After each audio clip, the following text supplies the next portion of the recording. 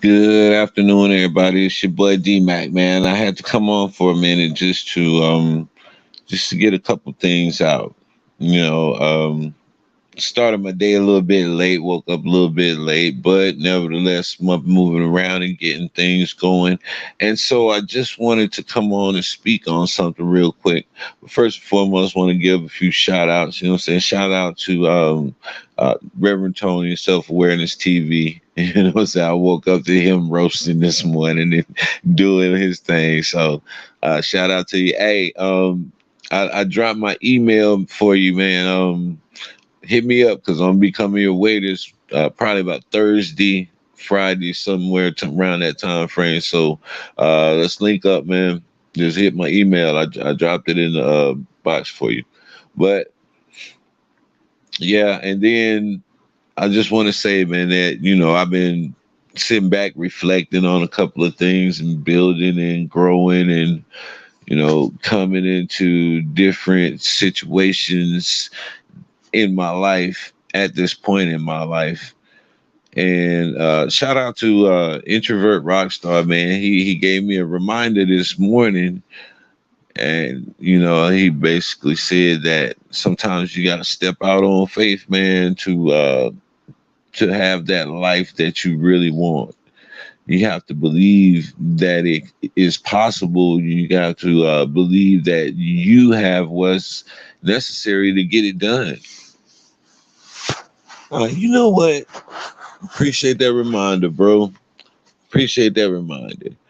And so I began to think about ourselves. How you doing, Hurricane? Blessings to you. So I began to think about it, and I came up with the analogy like this. Most people, we're like an elephant that's tied to a little simple wooden stake in the ground, not knowing that we have the power. Salute to you, bro. Hey, yeah, get with me, bro. I'm shoot me your email or something like that, cause I'm coming your way around Thursday. But yeah, we'll link up. We'll link up, man. So yeah, definitely that, man. Blessings to you, but you was over there cooking this morning, bro. I was tripping. I was tripping hard, man. Um, but yeah, I was just thinking, man, that we're often like an elephant that's tied to a simple little wooden stake in the ground, man, not knowing that we are so powerful. But this little obstacle that, well, what appears to be an obstacle in our lives and appears to be something that's holding us back, absolutely does not have the power to hold us back if we were to acknowledge and recognize how powerful we truly are. And that's where I want to go with the building and growing. And it was something that you said this morning too, Reverend Tony, when you was talking about growing and building and being a boss and not a worker, and you know just becoming economically independent. And there's a lot of people out here who are just workers, man. Some people are just workers. They just want a job. They don't want a career. They just want a job.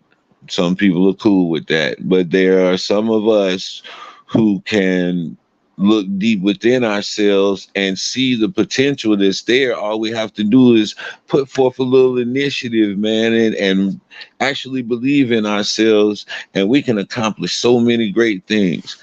I remember when I was going through AIT up at Fort Sam, Houston, and as a medic, you have to be confident in your skills. When you're going out there and you have somebody who have all these holes in their body and you got all this stuff going on, you have to have the confidence to be able to do your job and to do your job properly.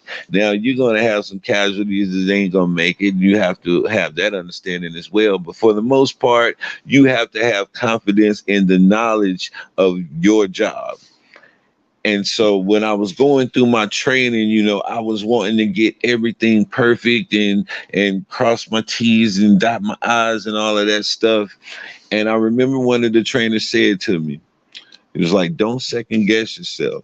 Do what you do and then come back later and check it over for mistakes. But don't sit here and wasting time wondering if you're doing the right thing in the moment. Do what you know to do and then come back and check for things that need to be tightened up. And that stuck with me. And I was like, wow, it was like he turned the key in my mind at that time because I had never looked at it from that perspective. And so I began to apply that to my training and stuff like that. And I came out okay as a pretty decent medic. And so that also applies to our life, man. You know, we will stay stuck in one spot thinking that something is holding us down when really it's just us holding us down. That's in our minds. It's a psychological thing, man. It's absolutely psychological. And we'll sit there and we'll stay stuck in this one spot until we just, hey, this spot ain't too bad. You know, I'm cool here. It ain't really too much stress. It ain't really too much that.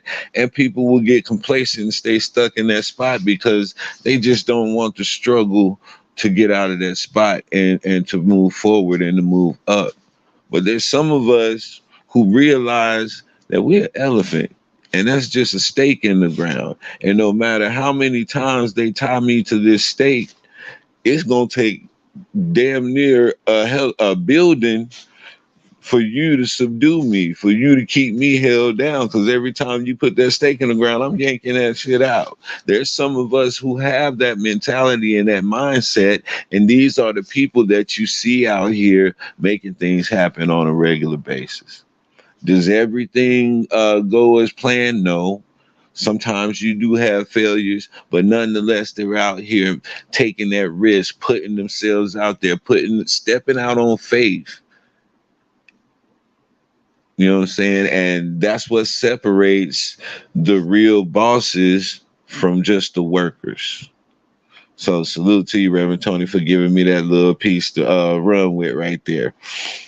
You say you have to move around. Yeah, I will do what you got to do. But there's so many times within our lives that we meet challenges, that we have these little stakes in our lives. Sometimes the stake ain't that little. When I say stake, I'm talking about the wooden stakes that they use to pin things down. And so whenever we come across these times, we would sit there and we would just, instead asking for advice. This is one big thing for me because I was always trying to figure it out myself. And I had a lieutenant colonel one time, man. This dude was, man, I don't even know how to explain this dude. He was just so wild, but he was very smart. And one thing he would always tell me is, man, quit trying to carry the weight of the world on your shoulders. You don't even have the authorization to do that. And I thought he was being an asshole to me. I thought he was talking shit. But the more he repeated it to me and in the situations that he repeated it, I got it in its right context. And he was saying, stop trying to do every damn thing yourself. Learn how to disseminate different tasks. You have people under you for that. Why are you trying to do everything yourself? And I'm like, damn, you know what? You sure right. Hey, Specialist Smitty. Hey, come here. I need you to go do this real quick. Hey, Specialist Nixon, can you go and check and legit, and I began to learn how to alleviate all of that burden off of my shoulders as a leader, and also made the people under me feel valued. I gave them tasks. I trusted them to do certain things, that they're a representation of my leadership. And so that built them up in their confidence. And that also built me up as a leader. And like I always said, I keep people around me that's smarter than me. So all of my soldiers that I had around me was much smarter than me. And so I knew that they were capable of doing it. I just had to give them the opportunity to see for themselves that they could do it. And we had a tight little medical team, man. Shout out to Nixon, shout out to Smitty. Yo. um, but yeah, that's exactly how it goes in leadership. And so when you begin to start looking at things from a leadership mindset, not a worker mindset, you begin to see the different responsibilities that you have. You begin to see the different obligations that need to be met, and you can't afford to sit back and be pondering something and just put everything on hold right there. No, you deal with it. You make the decision that you're going to make at that time, and then you double back and follow up to see if there's anything that need to be tweaked or fixed or anything like that. But to sit there and just waste time because you don't have confidence in yourself and you're second guessing yourself, that's when you reach out to those people that you surrounded yourself with that's smarter than you, so that you can gain another perspective, and that'll help you in making a decision so that you can move forward and deal with the next issue, because it's going to be a next issue. There's always going to be a next issue. And so when you begin to understand these things and you start seeing things from a leadership standpoint, I salute to you, free thinkers. Appreciate you coming in. Whenever you start to gain these understandings and look at things from a leadership standpoint, you begin to see, okay, well, now my dad wasn't being an asshole. He was really trying to teach me how to be a leader. Or my mom wasn't being a B. She was really trying to teach me leadership. Because leadership is not a gender thing. That has nothing to do with gender or any of that other stuff. All it has to do with is character. Good leadership is all about character, because there's a lot of people out there that are bosses that are not leaders. Let me say that again for the people in the back. It's a lot of people out there that are bosses, but they are not good leaders. I had a lot of them. I've come across a lot of them in my day. But then I've had a few that were good leaders, and they showed me what leadership was. Hell, I've even had people who were not in a leadership position have more respect than the person that is in the leadership position, because they knew how to be a leader, as to where that person was only a leader by position, but he didn't know how to lead. And so you come across a lot of that as well when you're dealing with different organizations that you associate yourself with. And so I see the mindset over here on this side is about leadership. It's about building and becoming independent and not having to clock in every other day. Now, there's nothing wrong with a 9 to 5. Don't get me wrong. I'm just saying that there are people out here who have a mindset to where they want to set their own schedule. They want to have the freedom to be able to do things with their family and not have to fall to the demands of some other person who's set this deadline, not based on the capabilities of what his people can do, but just based on money. And so now he's pressuring you to meet these deadlines, or whatever the case may be. But there's people out here who don't want to deal with those issues. And the only way to remedy that is to become your own boss. And then there's people on the other side of the tracks who's going to promote becoming a worker. That's the difference between the free thinkers and the Quamites to me. Free thinkers, exactly what it says, self-explanatory.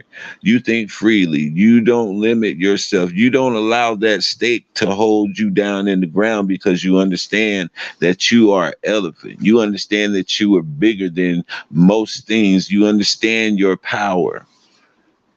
And you're working towards a greater future for yourself, your family, and everybody else that is in your circle. That's the common thread with everybody on this side of the tracks. And so yeah, leadership is definitely putting me in this mindset. And so I go to the title because I titled this Self-Esteem and Control. Now, self-esteem, in my personal opinion, self-esteem is a lot easier to acquire than self-control. But yet and still they go hand in hand, because with self-control it's going to give you a level of confidence in yourself and make you feel better about yourself, and it's going to boost your self-esteem. So they absolutely go hand in hand, but I say that self-control is definitely the harder of the two, for the simple fact you have to deny all of your natural desires. You have to deny all of your inclinations. I have to deny wanting to punch people in the face on a regular basis. I like to punch people in the face, but I know that there's not reason for me to be out here just punching people in the face willy-nilly. But see, that comes from my background of boxing. Me and my brothers used to slap box all the time. And so these are things that, I have to be mindful of. And it sounds funny, but these are things that I really have to be mindful of. I grew up in a culture where me and my brothers fought, and I was the baby of the family. So, they used to beat up on me for a while until I hit those growth spurts. And then I started coming up in the ranks, and then they started making up excuses why they can't fight me no more. But, that's neither here nor there. But back to the whole thing of self-control. This is something that would get rid of probably about 45% of the problems in your life if you exercise this in certain moments in your life. Self-control. I can think back right now and just in my mind, just off the top of my head, of about 5 situations in my life that would have changed the trajectory of my life had I exercised self-control. It was very simple. It wasn't. It was just me feeling myself. That's what it comes down to. Me feeling myself. Me being in the moment. Me enjoying what was going on, and I gave in. That's all it was. I made that choice. And then when it came time to reap the consequences of those choices, I didn't want to admit the fact that it was me who put myself in that situation. I didn't want to admit that it was me that self-sabotaged. Blessings to you, Eve. Good to see you. So yeah, I didn't want to admit that it was me that was self-sabotaging. And so once I was able to come to a place, you got to get to a place to where all of the things that used to work for you before don't work no more. That's what's really going to get you to understand how strong you are, because our strength is made known in our weakest times. Tell me I'm lying. I didn't realize how I would be able to build myself back up and start over and build a whole new life after my divorce back in the day. Then I moved to a whole new state, had to overcome a whole lot of different obstacles and rebuild my life while maintaining relationships over 1,300 miles away, because I had never been away from my kids before. At that point, I never, ever been out of the life of my kids. And here I am up in a whole new state without my kids. You said that's throat punch. That's it. But and I had to have the confidence, because there was nobody. Well, I'll say no. I ain't gonna lie and say nobody was motivating me. Because yeah, I did have a support system that was motivating me. I had family that was motivating me, but I had the naysayers as well. There's always going to be those naysayers. There's always going to be somebody to say, you can't do that. You can't do that. But they only saying that based on their limitations, and they can't see the greatness in you. They don't see that you're an elephant. That's it. And so you have to overcome these things, and you have to motivate yourself to rebuild. You have to be able to say, all right, I got this. Even though this, and this is happening right now, I could still take that and still move past that. That's all I have to do is put forth a little bit more effort. I look at my life right now. I'm in a decent, I live decent and I live a pretty comfortable life, but how much more could my life have been if I put forth the effort that I know I could have in a lot of situations? And I ain't even gonna lie, I know there's a lot of situations in my life where I slacked off and where I didn't put nothing but about 40 to 65% into what I was doing. You know, You said you divorced and moved to another state with your kids. Best decision you made. You know what? I say the same thing. I agree with you wholeheartedly.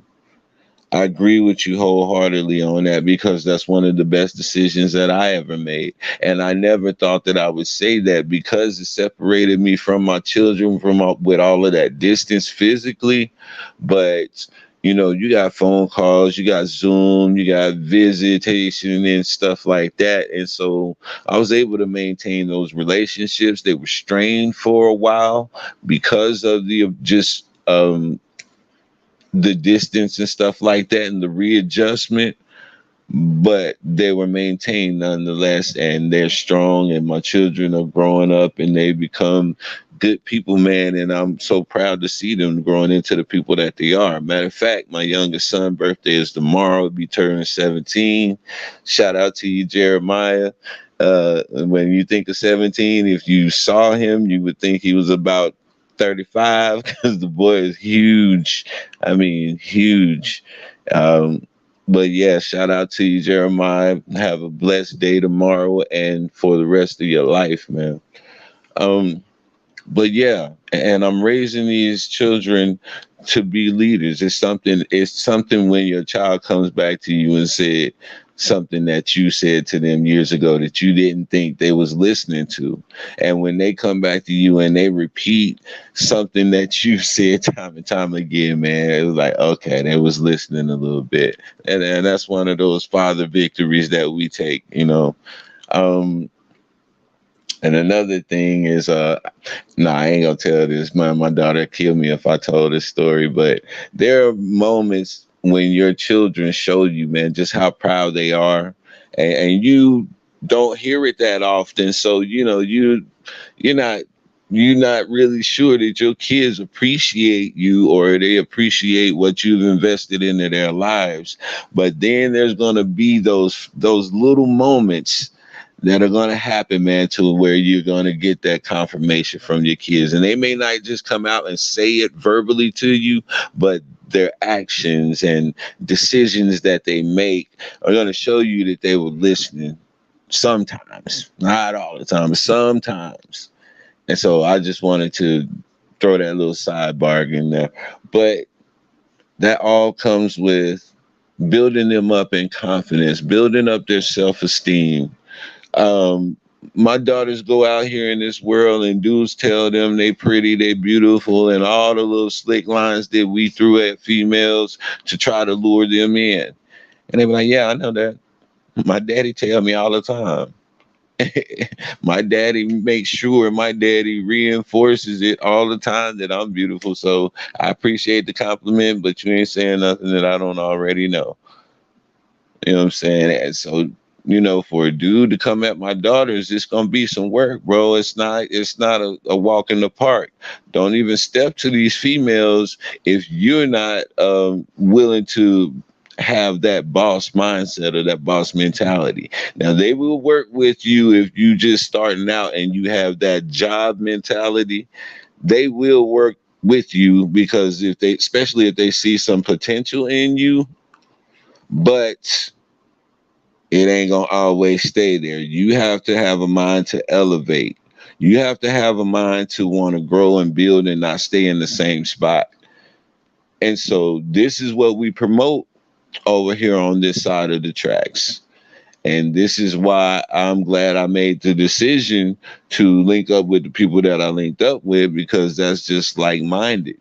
Now, we'll be traveling this weekend, my wife and I and my daughters, and we have a business venture that we're going to be just working on. So, anybody who's a spiritual person, has a spiritual foundation, just say a couple prayers that everything works out, and we're just trying to build and to do great things and to create generational wealth for our family, to show our children the example that you can do it. You just have to believe that you can do it. You see other people out here doing these great things, and you think that these people are so much smarter than you, and they absolutely are not. They're not. The only difference between them and you is they believe enough in themselves to actually go out here and attempt it. I was watching the Pivot podcast. Salute to those guys. I always give them a shout out because I like their podcast. I like how they have it formatted in, and the content and the realness of it. So shout out to them. But they had a gentleman on there. I forget his name, but at 15 years old, he owned a company, and he was worth about, he had generated about $5 million.